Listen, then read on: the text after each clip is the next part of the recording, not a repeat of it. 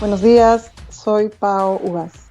Antes de empezar el programa, quería dedicar este programa a mi colega que falleció muy joven, Quique Flor, y con el cual trabajé en Canal N en años pasados y que su legado y su trabajo impecable no quedará, digamos, en el olvido. Y un abrazo a toda su familia, sobre todo a su hija. El próximo 28 de marzo se votará la segunda moción de vacancia contra el presidente Pedro Castillo. Ayer, con 75 votos a favor y 41 votos en contra, se aprobó esta moción de vacancia que, busca que el presidente vaya a declarar sobre temas que rodean a su círculo más cercano. El presidente Castillo ha pedido a su vez al Congreso ir a hablar y explicar este tema. Es por eso que irá el próximo 15 de marzo a conversar, de lo que está pasando y así atajar a su manera esta segunda moción de vacancia. Hoy estaremos con el doctor en Ciencias Sociales, con mención en Sociología, catedrático de la Universidad Católica y con estudios de doctorado en Alemania, Fernando Tuesta. Buenos días, Fernando, ¿cómo estás? Dale, Pau, gracias por la invitación. Con este segundo pedido, con esta segunda moción de vacancia, ¿se acaba la tregua? ¿Ya acabó la tregua que en diciembre empezó y ya fue? ¿Cómo ves ahorita este momento político en el cual a 9 meses de gobierno ya estamos con una segunda moción de vacancia y el pronóstico, como siempre, es reservado?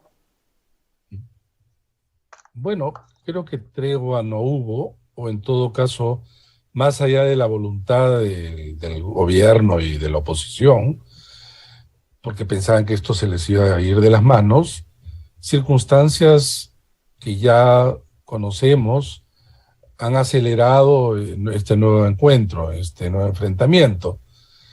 En un paisaje pues polarizado desde hace ya mucho tiempo, ¿no? Empezando la propia segunda vuelta.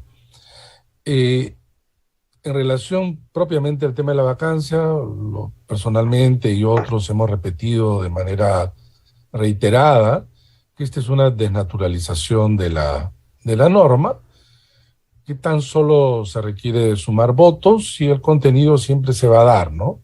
De esta aplicación, repito, desnaturalizada de la incapacidad, de la permanente incapacidad moral del presidente de la República. Pero más allá de eso, el hecho es que este tipo de instrumento para cortar el mandato ya ha sido utilizado ya en varias oportunidades, una de manera efectiva en el caso de Martín Vizcarra, y ahora este es el segundo intento, pero que ya ha pasado a obligar al presidente de la República, o también puede ser en realidad su abogado, a comparecer de alguna manera ante el Congreso de la República. Bueno, desde ya esto es una desnaturalización. No existe pues una suerte de interpelación al presidente y de esta manera evaluar su desempeño. Pero si bien es cierto esto lo que digo, también es cierto que hay pues un conjunto de elementos que han llevado a esta situación. Finalmente, el gobierno es quien ha dado la tela para cortar. Eh, Desde el inicio del mandato, de manera reiterada, la forma como el presidente de la República, su entorno, sus allegados, sus redes, familiares, amicales, vecinales, comunales, sindicales, no han hecho otra cosa que asaltar el Estado, ¿no? Gracias a la prensa hemos conocido innumerables casos de cómo se está tomando el Estado como botín. Y por otro lado, pues el nombramiento de alto funcionario del Estado en personas que no cumplían con los requisitos y por el contrario, algunos de ellos tenían prontuarios, ¿no? No creo realmente que la vacancia se vaya a producir. Tú sabes que se requiere 44 votos, ni siquiera 44 votos en contra, sino que el gobierno pueda, digamos, congregar a 44 congresistas que voten no, o que se abstengan, o que no asistan. Suficiente con 44, ya bloqueas los necesarios 87. Esto es casi un tema de sumas y restas, pero que, repito, no creo que proceda la vacancia. Además, estamos hablando de núcleos más o menos consistentes, ¿no? Perú Libre, Perú Democrático, Juntos por el Perú, y con eso ahí esto ya es suficiente. Sin embargo, el, el no encaminarse por la vacancia no quiere decir que esto termina por dar un triunfo al gobierno, sino que lo que va a ocurrir en la presentación del presidente, por partida doble además, parece ser en todo caso, es un desgaste más en la legitimidad del presidente. Uno, porque ya es hasta ocioso decirlo, no es un buen comunicador, pero no solo eso, sino porque no tiene ideas claras.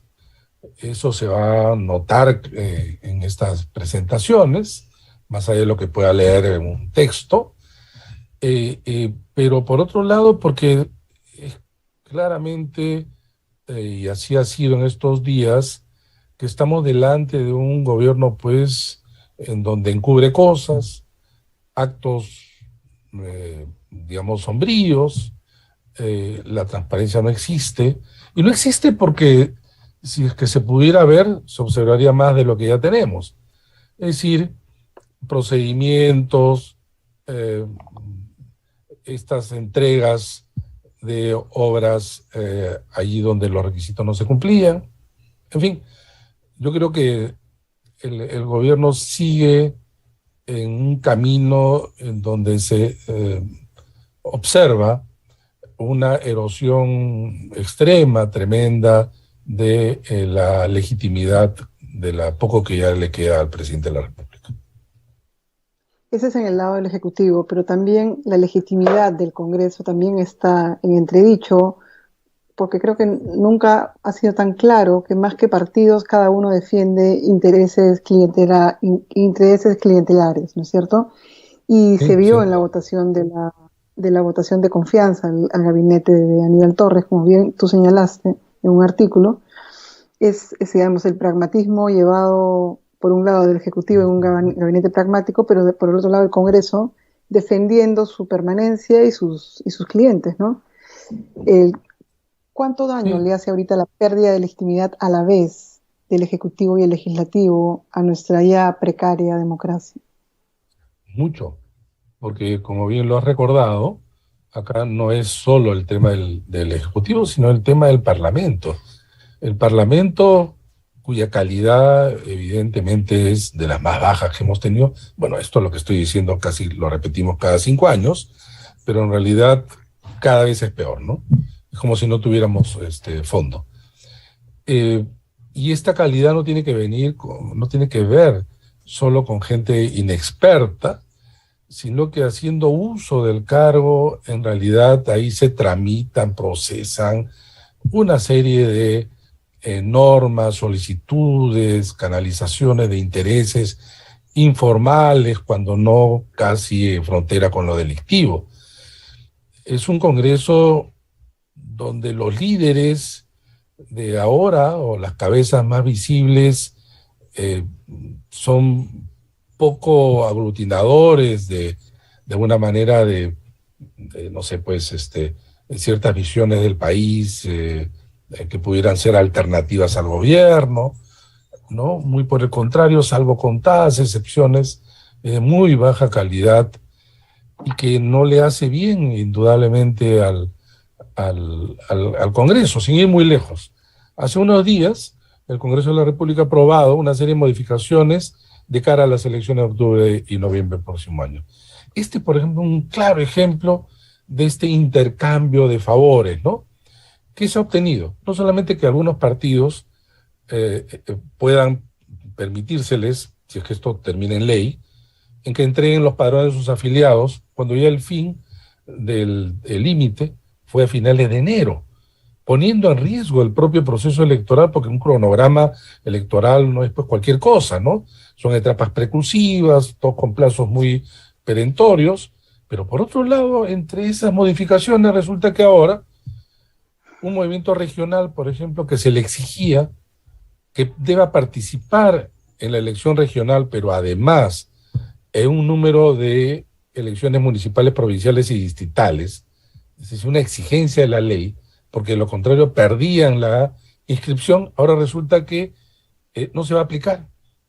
Y entonces un movimiento regional, donde la mayoría son franquicias, vientres de alquiler, lugares en donde está la típica mercantilización de la política y a nivel regional, este es pavoroso, van a seguir existiendo.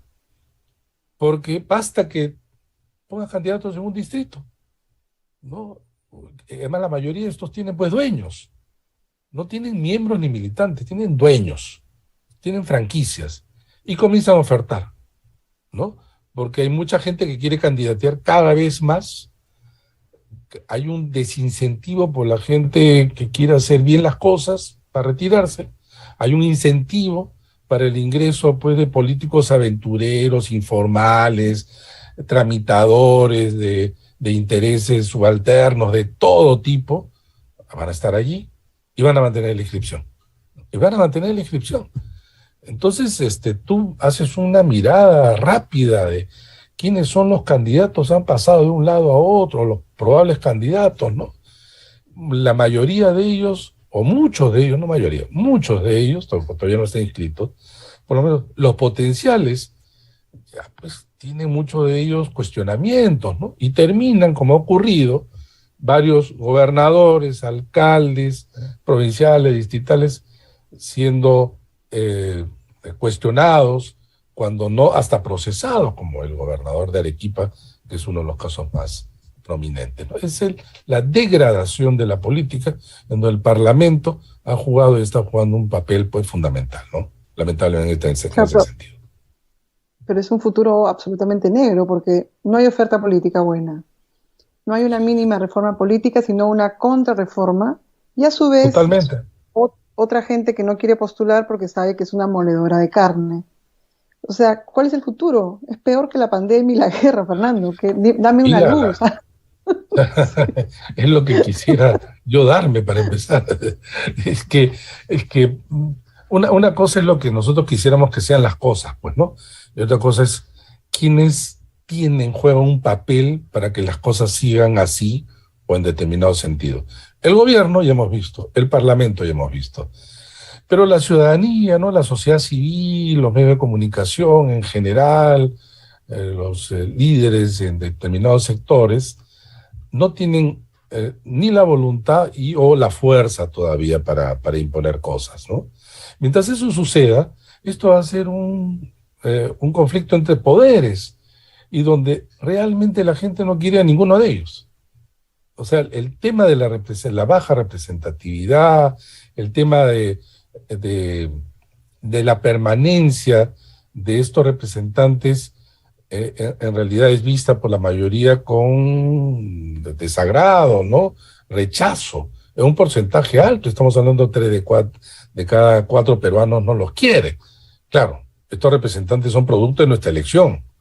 En elecciones, dicho sea de paso, limpia, pero claro, también es cierto que esa es la oferta política. Si en este momento hubieran elecciones, ¿quiénes postularían?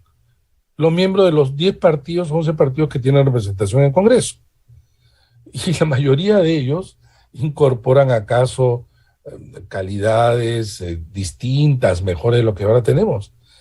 Eso no va a ser, no va a cambiar las cosas por arte de magia, ¿no?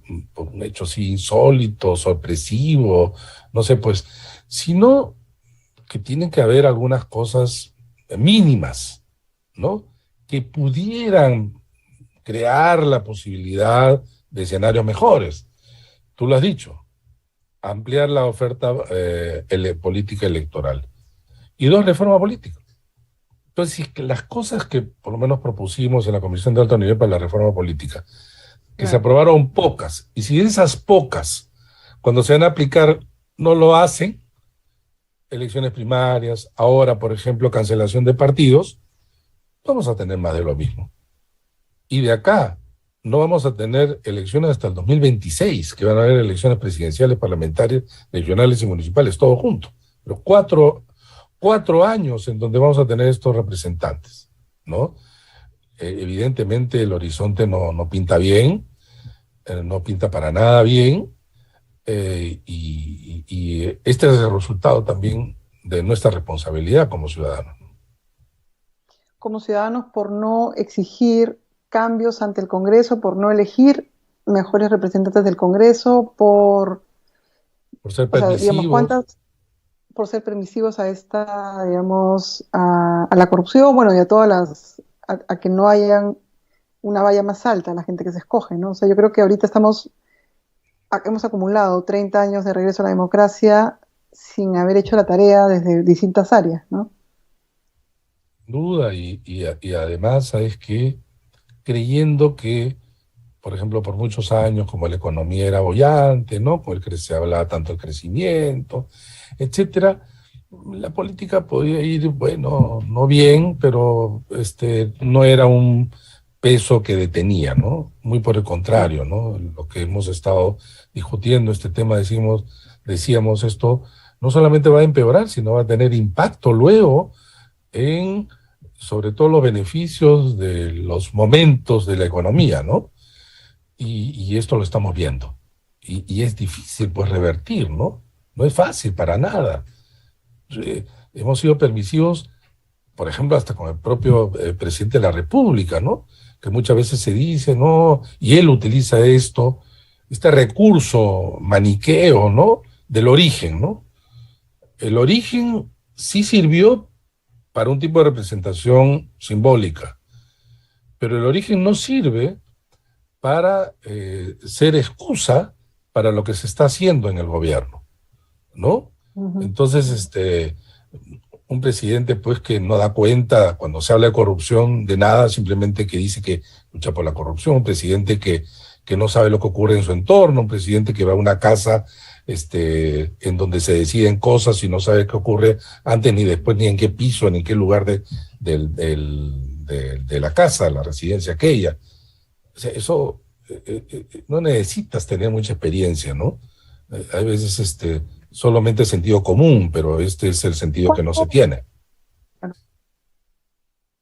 cuánto de esta constante, digamos, pelea perpetua entre el Congreso y el Ejecutivo está tapando otros problemas más graves del país? Y esa mirada, digamos, hace que se sienta un estancamiento, se sienta en la economía, que no hace que sigamos, digamos, moviéndose, ¿no? Como país, después de la pandemia. Mira, yo creo que el daño es un daño que en algunos casos puede ser irreparable, pero solo vamos a ponernos a mirar lo que está sucediendo en el Estado. Desde julio a ahora, los cambios que han habido en unos ministerios y sectores son, bueno, 3, 4 cambios de ministros, cambian viceministros, secretarios generales, gerentes, directores, bandos medios. ¿Qué política puedes hacer allí?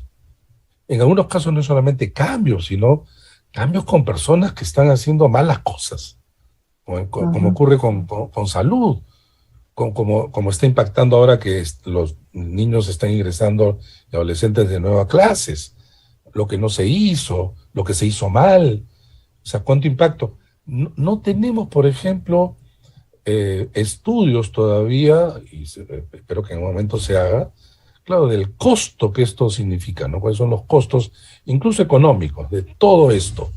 Eso Ujú. es tremendo, ¿no? Pero también hay un daño inmaterial, ¿no?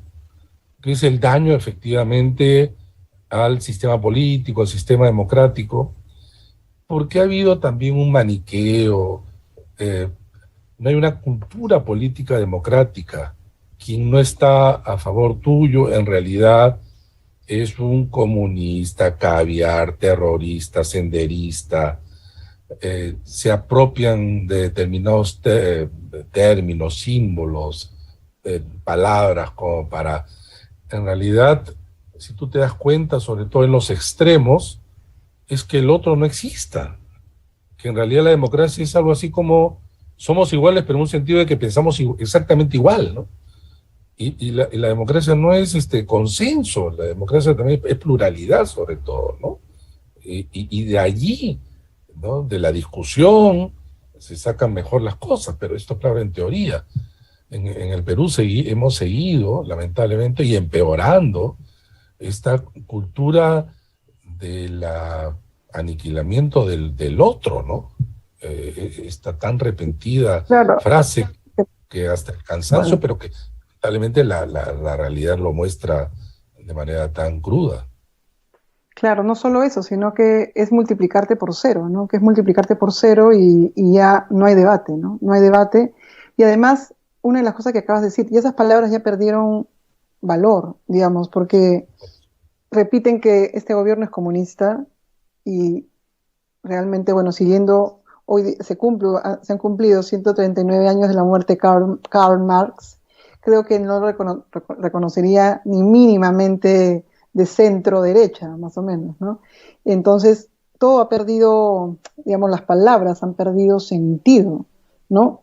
Y en ese sentido, qué diferencia y qué fuerte ha sido el contraste con el gobierno chileno, y que acaba de cambiar de presidente, ¿no? Ha subido Gabriel Boric, hay un gabinete paritario, pero allí si es izquierda, es izquierda, si es derecha, y si es de centro, y es de centro. ¿Qué representa Gabriel Boric y su ascenso al poder de haber pasado a las calles, a la presidencia? ¿Qué representa y cómo alguna gente entre la que me puedo ubicar se siente un poco de celos de ver tanta tranquilidad? ¿No? En realidad, mirando y observando lo que sucede en Chile y en otros países, eh, eh, eh, es indudable que tienes que hacer la comparación y quedamos mal. Y no solamente el presidente de la República que hace los méritos para quedar mal, sino Ujú. también nuestros políticos en general, toda la política representativa, ¿no? El debate político que vemos en Chile, y eso que en Chile algunos chilenos pues sentían que esto era el descalabro total, ¿no?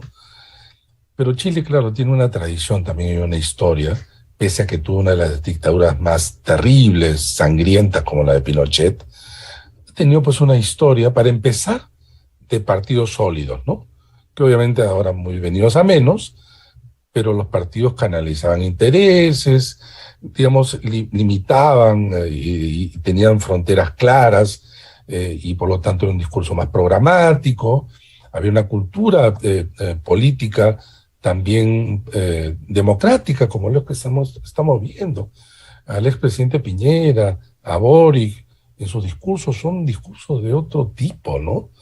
Acá no, o sea, tú escuchas al presidente Castillo, que claro, no se le entiende, pero a los otros se le entiende claramente a la oposición, que son discursos tremendistas, son discursos además de muy baja calidad, porque al lado de esto de la inexperiencia, hay un desconocimiento enorme de la historia del Perú, de lo que son principios básicos democráticos.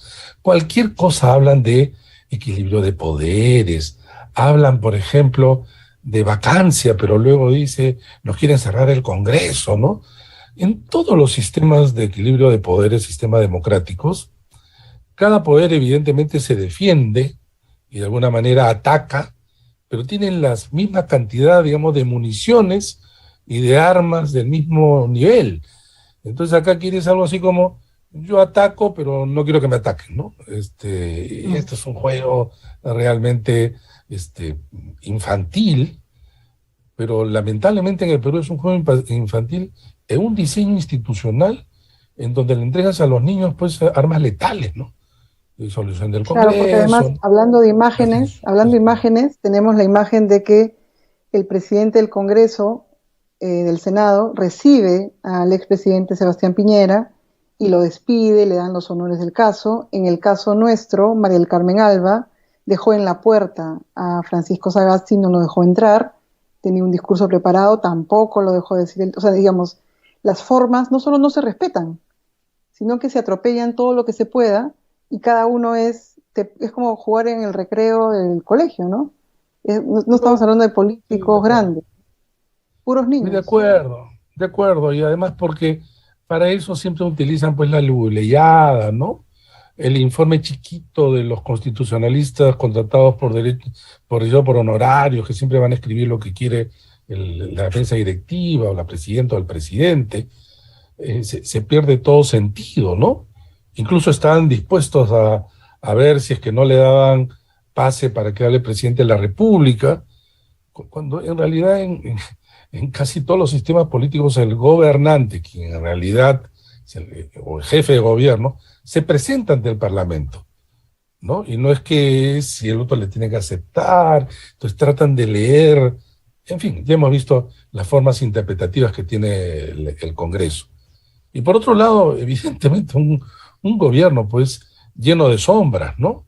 Y donde la verdad se concentran, sobre todo en los fines de semana, eh, sería algo así como cada domingo después de las 12, por ahí en la noche, para ver los programas y los destapes y los escándalos cada semana, ¿no? O sea, y esto no va a parar. Y no va a parar porque tampoco quienes están ha ingresado al gobierno, quieren ingresar, tampoco van a parar, ¿no? Es aprovechar estos momentos en donde tienen esa oportunidad que probablemente nunca más la van a tener, ¿no? Bajo siempre hemos visto a lo largo de estos meses, este discurso, ¿no? Populistón, ya a estas alturas, este discurso en donde en nombre del pueblo lo que se trata es botín a bordo, ¿no? Muchas gracias, Fernando, por la entrevista y nos vemos hasta la próxima ocasión o hasta la próxima moción de vacancia. Ojalá con mejores noticias y un panorama un poco mejor para el país, ¿no? Gracias a ti, Pau.